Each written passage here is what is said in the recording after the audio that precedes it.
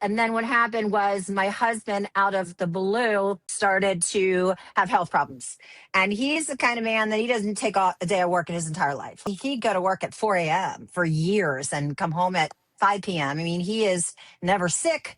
You know, he doesn't take off. Like, he is just a workaholic. And he started to get to the point where he was sick and he was starting to not be able to work and bedridden. And he actually had the start, I don't know if you're familiar with the term long COVID.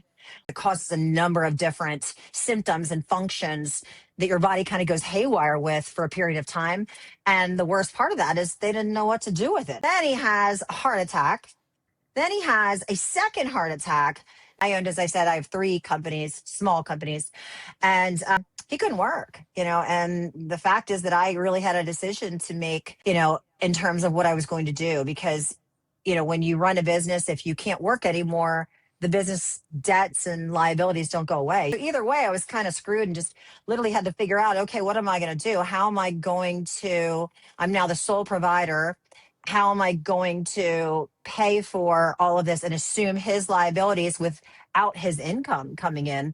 And it was just a staggering figure for me, at least. And, that's really when we had a discussion. I was like, I'm feeling good about Instagram, feeling good about all this other stuff I'm doing. Why don't we do some risque picks? Why don't we look at OnlyFans or something like that?